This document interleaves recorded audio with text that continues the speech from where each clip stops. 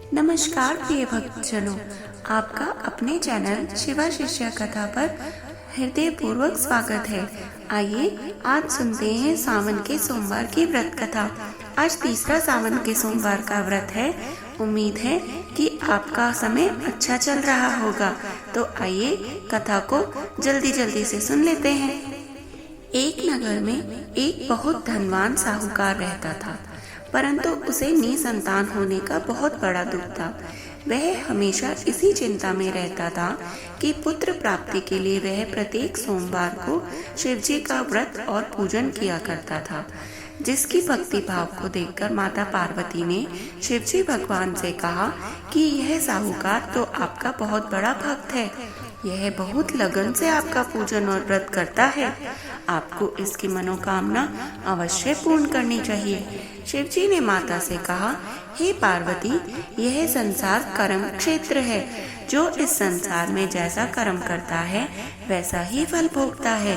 परंतु माता पार्वती की जिद के सामने शिवजी भगवान को झुकना पड़ा। भगवान शिव ने कहा कि इसके भाग्य में पुत्र न होने पर भी मैं इसको पुत्र की प्राप्ति का वर देता हूँ, परंतु यह पुत्र केवल 12 वर्ष तक ही जीवित रहेगा।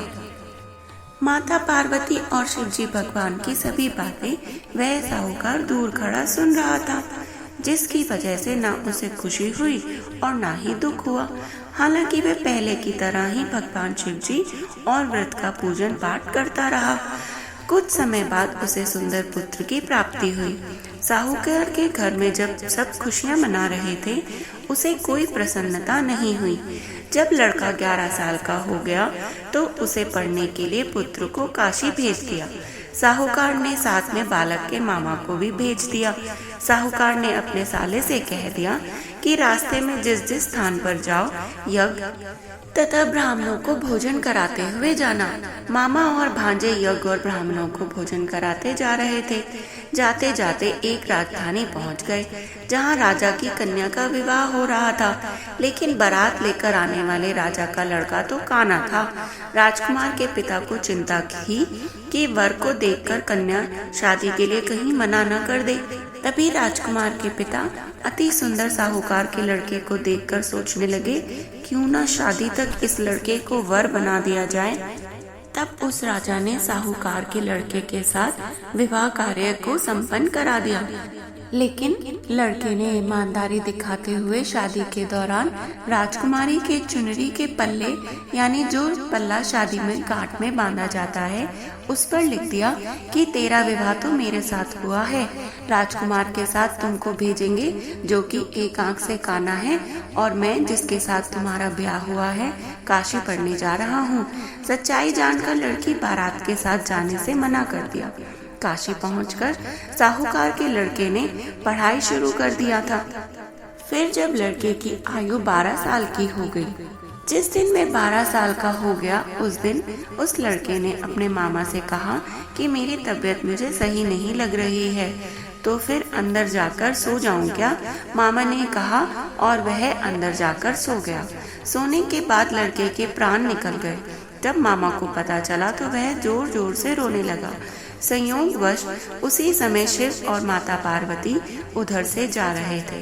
रोने की आवाज सुनकर माता पार्वती का हृदय तो व्याकुल हो गया। उन्होंने कहा कि बालक को जीवित कर दीजिए, वरना इसके माता पिता तो तड़प तड़प कर ही मर जाएंगे। माता पार्वती के आग्रह पर शिवजी ने उसको जीवन वरदान दे दिया, जिससे कि लड़का जीवित होकर खड़ा हो गया। लड़का और मामा यज्ञ और ब्राह्मणों को भोजन कराते हुए अपने घर की ओर चल पड़े। वे उसी रास्ते से लौटे जिस राज्य में साहूकार के लड़के और राजकुमारी की शादी हुई थी। राजा ने लड़के को पहचान लिया और राजकुमारी के साथ उसकी विदाई कर दी। जब लड़का घर पहुंचा तो माता पिता घर की छत पर बैठे थे और उन्होंने यह प्रण कर रखा था कि अगर पुत्र नहीं लौटा तो वे अपने प्राण त्याग देंगे।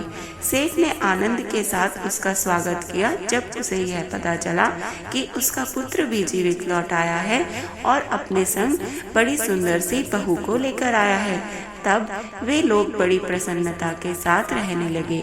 इसी प्रकार जो भी सोमवार के व्रत को करता है और इस कथा को पढ़ता है या सुनता है, उसकी समस्त मनोकामनाएं भगवान शिव और माता पार्वती पूर्ण करते हैं।